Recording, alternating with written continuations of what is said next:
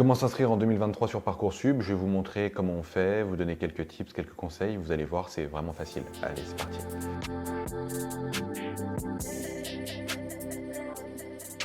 Bon, alors évidemment, pour commencer, on se rend sur le site de Parcoursup dans l'onglet Accéder à son dossier. Donc jusque-là, très facile évidemment. Bon, alors moi je m'étais déjà enregistré l'année dernière, donc je vais recréer un nouveau dossier.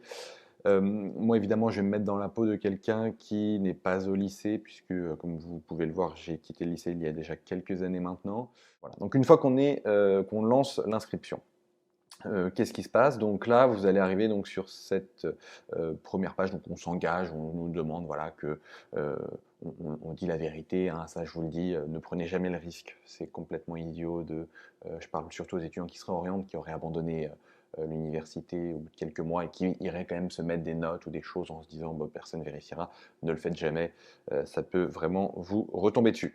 Euh, donc voilà, une fois qu'on a signé la charte, on arrive donc dans cette étape. Hein, vous pouvez le voir en haut, il y a ces 10 étapes, 12 étapes très précisément. Donc on commence par l'identité et vous allez voir, ça va continuer tout en haut. Euh, Sachant que voilà, on peut à certains moments enregistrer, ne pas terminer, revenir après. C'est souvent une question qui revient au moment des centres activités, centres d'intérêt. Vous aurez jusqu'au 6 avril pour le remplir, donc pas d'inquiétude là-dessus. Euh, donc voilà, première étape, identité. L'INE, hein, je rappelle, c'est ce qui se trouve sur vos bulletins scolaires, sur votre diplôme du bac. Donc c'est un numéro voilà, qui fait 10 ou 11 caractères. Si vous êtes en lycée agricole, c'est le numéro INA. Si évidemment vous êtes non scolarisé, étranger, etc., vous pouvez cocher la case Je n'ai pas d'INE. Voilà, donc ça, une fois que vous avez rentré ces informations-là, on arrive donc sur l'identité. Donc là, évidemment, bah, il suffit de remplir ce que vous êtes, hein, lycéen ou étudiant en France métropolitaine, ni lycéen ni étudiant, etc. Moi, c'est mon cas, hein, je le rappelle. Je me mets dans la peau de quelqu'un qui arrive comme ça, qui n'est pas au lycée, mais vous, évidemment, vous cochez ce qui vous concerne. Voilà. Donc la première saisie, c'est vraiment rien de sorcier encore une fois. Hein, vous allez le voir tout au long de cette vidéo, c'est pas du tout sorcier de s'inscrire sur Parcoursup. Voilà. Donc là, on note ces informations qui nous concernent. Voilà. Donc là, voilà. Ça, c'est pour les étudiants en réorientation.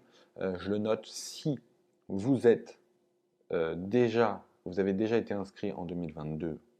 Vous pouvez régénérer votre dossier si vous mettez votre même adresse mail. Donc ça, faites-le, hein, parce que comme ça vous permet automatiquement de récupérer vos informations. Donc ça, c'est vraiment extrêmement important de le noter.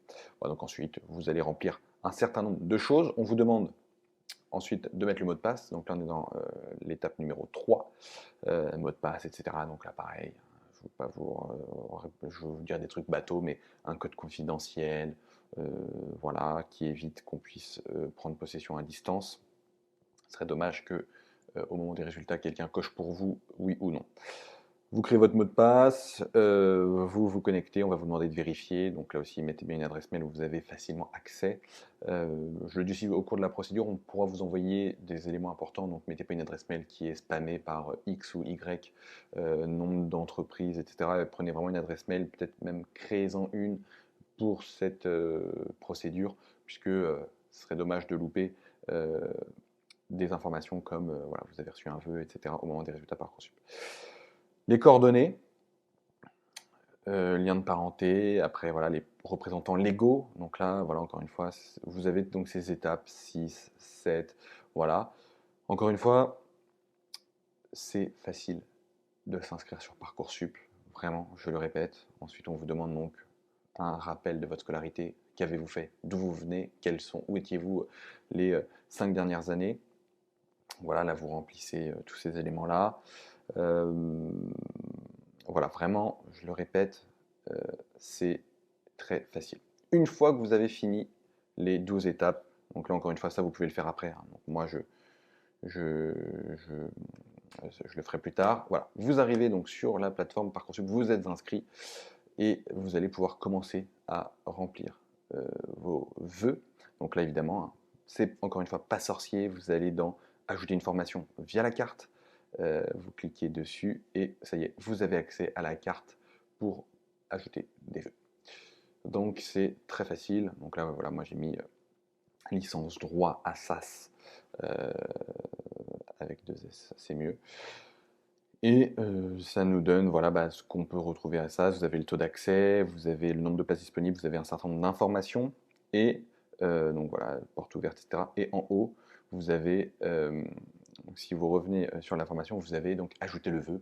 Et voilà. Et là, vous pouvez lancer, vous allez avoir un compteur qui va apparaître sur votre espace candidat qui vous dira, bah voilà, vous avez les vœux qui vous concernent. Il y a un compteur sur Parcoursup. Pour toutes les questions de vœux, vœux groupés, je fais une deuxième vidéo dédiée là-dessus. En attendant, n'hésitez pas à vous abonner. Moi, je vous souhaite bon courage pour l'inscription et pour tout le reste. Et on se revoit très vite sur Totis.